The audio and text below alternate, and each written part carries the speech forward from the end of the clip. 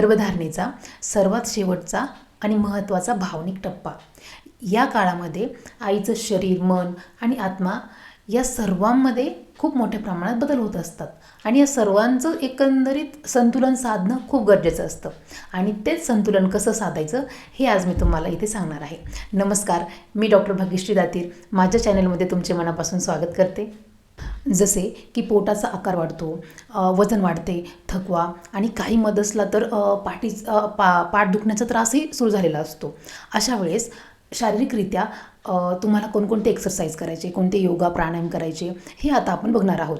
तत्पूर्वी मी सांगेल, मी माझ्या फर्स्ट आणि सेकंड ट्रायमेस्टरच्या व्हिडिओमध्ये पण तुम्हाला सांगितलं होतं आणि आता परत सांगेल की कोणते पण एक्सरसाइज आणि योगासनं प्राणायाम करताना तुमचे जे कोणी गायनेकॉलॉजिस्ट आहे किंवा तुमचे जे कोणी एक्सरसाइज ॲडवायझर आहेत त्यांचा तुम्ही सल्ला घेऊनच थर्ड ट्रायमेस्टरमध्ये सुद्धा योगासनं म्हणा, प्राणायाम म्हणा किंवा वेगवेगळ्या एक्सरसाइज करणं गरजेचं आहे. ज्या तुम्हाला कम्फर्टेबल नाही आहेत एक्सरसाइज त्या तुम्ही स्ट्रिक्टली टाळलेल्याच योग्य असतील. हे जे शारीरिक व्यायाम आहेत ते तुम्ही 3 प्रकारामध्ये करू शकता.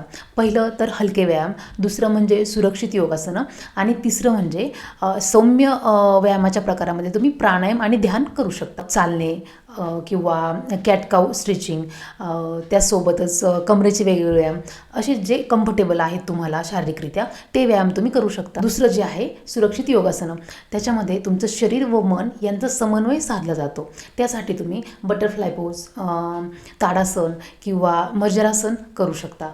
पोटावर ताण येणार नाही, उलटीसारखं होणार नाही किंवा लॉंग स्ट्रेचिंग होणार नाही ह्याची काळजी तुम्ही हे आसनं करताना घेतली पाहिजे. जर एखादी आसनाने तुम्हाला या सगळ्यांसारखा त्रास होत असेल तर ते आसन तुम्ही स्ट्रिक्टली टाळलं पाहिजे. त्यानंतर तुमचं येतं प्राणायाम किंवा ध्यान. यामध्ये तुम्ही अनुलोम विलोम, भ्रामरी किंवा तुमची ज्या कोणत्या देवावरती श्रद्धा आहे त्यांचं चॅन्टिंग करू शकता. त्याचसोबत गर्भसंवाद जो आहे तो इथे तुम्ही करू शकता. आता या शारीरिक व्यायामानंतर सगळ्यात महत्त्वाचं येतं तुमचा आहार. थर्ड ट्रायमेस्टरमध्ये आहार कसा असावा, त्यामध्ये काय घेतलं जावं, काय टाळलं पाहिजे हे आपण इथे पाहूयात. 6 ते 9 महिने हा जो काळ असतो तो असतो आईच्या आणि बाळाच्या वाढीचा शेवटचा टप्पा. यामध्ये बाळाचे ब्रेन, बाळाचे लंग्स हे पूर्णपणे डेव्हलप होत असतात आणि आईचं शरीर जे आहे ते प्रसूतीसाठी तयार होत असतं. म्हणूनच आहार हा पोषक, हलका व पचायला सोपा असा असावा आणि तो पण घेताना एकदाच खूप सारं जेवण न करता थोड्या थोड्या अंतरानं टप्प्याटप्प्याने जेवलेलं कधी पण योग्य. भराचा जो आहार आहे तो तुम्ही 5 टप्प्यांमध्ये डिवाईड करू शकता. त्यामध्ये पहिले येतं तुमचं सकाळी उठल्यानंतर काय घ्यायचं, त्याच्यामध्ये तुम्ही लिंबू मध पाणी घेऊ शकता. त्याच्यासोबतच भिजवलेले बदाम, काजू किंवा अंजीर हेही खाऊ शकता. त्यानंतर काही वेळाने येतं तुमचं नाश्ता. तेव्हा तुम्ही उपमा, पोहे किंवा ओट्स त्यामध्ये वेगवेगळ्या प्रकारच्या भाज्या मिक्स करून ते बनवून घेऊ शकता. दुसरा टप्पा म्हणजे तुमचं 10 ते 11च्या दरम्यानचा हलकासा नाश्ता. त्यामध्ये तुम्ही एखादं फळ घेऊ शकता, मखाणे घेऊ शकता किंवा भिजवलेले जे कडधान्य ते तुम्ही तेव्हा घेऊ शकता. त्याच्यानंतर येतं तुमचं दुपारचं जेवण. दुपारच्या जेवणामध्ये तुम्ही एखादं आमटीचा प्रकार म्हणा किंवा डाळीचा प्रकार म्हणा, त्यासोबत भाकरी, दही किंवा त्यासोबत काकडी, गाजर हे जरी तुम्ही इन्व्हॉल्व केलं तरी चालतं. नंतर येतो तुमचा संध्याकाळचा नाश्ता. त्यामध्ये तुम्ही एखादे साधे सँडविच, भाजलेले दाणे किंवा मिल्कशेकचा एखादा प्रकारही घेऊ शकता.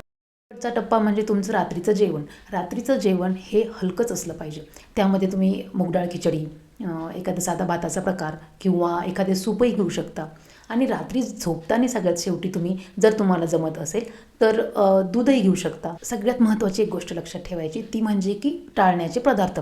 त्यामध्ये तुमची कच्ची पपई, अननस, मैदा किंवा बेकरीचे products, fast foods, wafers, chips हे टाळणं खूप गरजेचं. त्यासोबतच एकदाच खूप न खाता थोडे थोडे तुम्ही जेवण करावे किंवा खूप वेळेसाठी उपाशी न राहता थोड्या थोड्या अंतराने तुम्ही जेवण घेतलंच पाहिजे.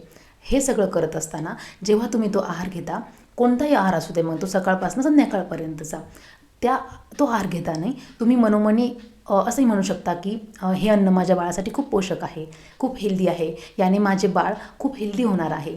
किंवा तुम्ही तुमच्या बाळालाही सांगू शकता की बाळा हे जे कोणत्याही प्रकारचे तू अन्न घेतोय ते तुझ्यासाठी, तुझ्या वाढीसाठी खूप पोषक आहे. आईचे विचार, भावना आणि बिहेवियर कसं असावं हे आता आपण पाहणार आहोत. जसे आईचे विचार तसे गर्भातील संस्कार. थर्ड ट्रायमेस्टरमध्ये बाळाच्या मेंदूचे न्यूरल कनेक्शन हे वेगाने डेव्हलप होत असते. त्यावेळेस आईच्या ज्या भावना आहेत, मग ते आनंद, द्वेष, राग, क्रोध, ईर्ष्या कोणतेही असू दे, ते जसंच्या तसं हार्मोन्सद्वारे बाळापर्यंत पोहोचत असतं. या काळामध्ये जर आई शांत राहिली, आनंदी राहिली, कृतज्ञ राहिली, तर बाळाचं न्यूरल कनेक्शनही त्या प्रकारेच डेव्हलप होत असतं. या काळामध्ये माझं बाळ व मी सुरक्षित आहे, माझं बाळ आनंदी आणि निरोगी आहे, दिवसेंदिवस मी माझ्या बाळाशी क्लोजली कनेक्ट होत आहे, अशा प्रकारचे पॉझिटिव्ह अफर्मेशन तुम्ही स्वतःला देऊ शकता. मन शांत ठेवण्यासाठी निसर्गाशी होईल तेवढं तुम्ही कनेक्ट झालं पाहिजे. त्यासाठी तुम्ही हलके ध्यान किंवा मेडिटेशन किंवा संथ आवाजात संगीत ऐकणं किंवा एखादे तुम्हाला जे आवडेल ते भजन, कीर्तन ऐकणं असंही तुम्ही करू शकता. ग्रॅटिट्यूड जर्नलही तुम्ही बनवू शकता.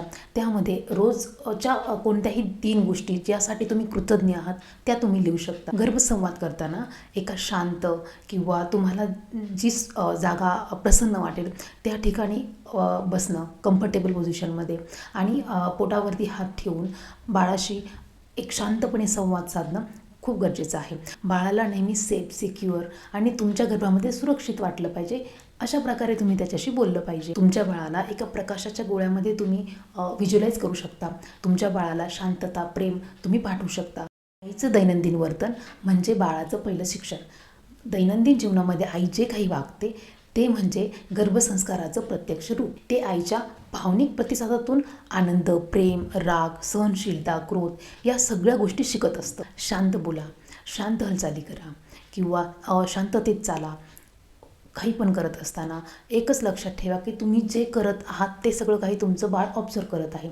त्यासाठी छोट्या छोट्या गोष्टींमध्ये आनंद शोधणे किंवा सगळ्यांशी प्रेमाने बिहेव करणे हे सगळं तुमचं बाळ ऑब्झर्व करत असतं आणि त्या प्रकारचीच एनर्जी ते स्वतःमध्ये साठवत असतं. तणाव, राग, निगेटिव्ह चर्चा, ओव्हरवर्क किंवा झोपेचा अभाव, स्वतःला दोष देणं, गिल्टी फील करणं या सगळ्या गोष्टींपासून तुम्ही स्ट्रिक्टली दूर राहिलं पाहिजे. थर्ड ट्रायमेस्टर हा शेवटचा नाजूक व निर्णायक टप्पा असतो, ज्यामध्ये आईची व बाळाची वाढ व्यवस्थित होत आहे की नाही किंवा आईच्या प्रसूतीसाठी लागणाऱ्या आवश्यक तपासण्या या काळामध्ये कराव्या लागतात. त्या कोणकोणत्या आहेत ते आपण आता पाहणार आहोत. तुमचे ब्लड चेकअप्स जे आहेत, जे की तुम्ही फर्स्ट आणि सेकंड ट्रायमेस्टरमध्ये केलेले असतील, ते या काळात जर गरजेचे असतील तुमच्या गायनेकॉलॉजिस्टच्या सल्ल्याने तर ते तुम्ही रिपीट करणार. 36 आठवड्यांचा जो काळ आहे त्यामध्ये तुम्ही प्रत्येक 3 किंवा 4 आठवड्यांना फॉलोअपसाठी किंवा चेकअपसाठी जाणार. त्यामध्ये तुमचं वजन, तुमचं BP, बाळाचे हार्ट रेट्स किंवा इतर काही जर त्रास असेल तर त्याचं चेकअप केलं जाणार. नंतर 36 आठवड्यानंतरचा जो काळ आहे त्यामध्ये तुम्ही प्रत्येक आठवड्याला फॉलोअपला गेलं पाहिजे. त्यामध्ये तुमचं जे सगळ्यात महत्त्वाचं आहे ते बाळाच्या हृदयाचे ठोके, ते कसे आहेत ते सुरुवातीला मोजले जातात. त्यासोबतच थर्ड ट्रायमेस्टरमध्ये सगळ्यात महत्त्वाची तपासणी जी असते ते तुमचं कलर डॉपलर अल्ट्रासाऊंड. त्यामध्ये बाळाचा रक्तप्रवाह व्यवस्थित आहे की नाही पूर्ण शरीरामध्ये हे पाहिलं जातं. आवश्यक ते व्हॅक्सिन या काळामध्ये दिले जातात. सगळ्यात महत्त्वाची काळजी जी आहे ती आईने अशी घेतली पाहिजे की बाळाची हालचाल व्यवस्थित आहे की नाही, पोटात काही वेगळ्या प्रकारे दुखतंय का किंवा पायावरती सूज येते का, श्वास घेण्यासाठी काही त्रास होतोय का. त्यासोबतच ब्लिडिंग होणं किंवा व्हाईट किंवा पाण्याचा काही डिस्चार्ज जाणं हेही आईने ऑब्झर्व केलं पाहिजे. जसा जसा थर्ड ट्रायमेस्टर संपत येतो किंवा एक 9वा महिना आपण शेवटचा जो म्हणतो तो संपत येतो, आईच्या मनामध्ये भीती, काळजी, चिंता या सगळ्या गोष्टींचं एक विचारांचा गोंधळ होतो. त्यामध्ये होणाऱ्या आईने एवढंच केलं पाहिजे की स्वतःला शांत, स्टेबल आणि संयमी ठेवणं खूप गरजेचं असतं. एकंदरीत सगळं कुटुंब तर तिच्यासोबत असतंच, पण तिने स्वतःच्या भावनांवरती नेहमी संयम ठेवणं खूप गरजेचं असतं. कोणतीही परिस्थिती असो, मी आणि माझे बाळ त्यामध्ये सेफ असणार आहोत हे तिने तिच्या मनाला सांगितलं पाहिजे, जेणेकरून तुमची जी काही डिलिव्हरी आहे ती सुरक्षित पार पडेल याची काळजी तुम्ही घेतली पाहिजे. म्हणूनच गर्भधारणा ही एक शारीरिक निर्मिती नाही तर नवीन आत्म्याची निर्मिती आहे आणि ती तुम्ही नेहमी आनंदी, संयमी आणि शांत पद्धतीनेच पार पाडली पाहिजे. थर्ड ट्रायमेस्टरची ही जी काही माहिती आहे ती तुमच्या जास्तीत जास्त फ्रेंड्ससोबत शेअर करा आणि हे चॅनल सबस्क्राईब करायला विसरू नका. पुन्हा भेटूया एका नवीन माहितीसह नवीन व्हिडिओमध्ये. तोपर्यंत धन्यवाद.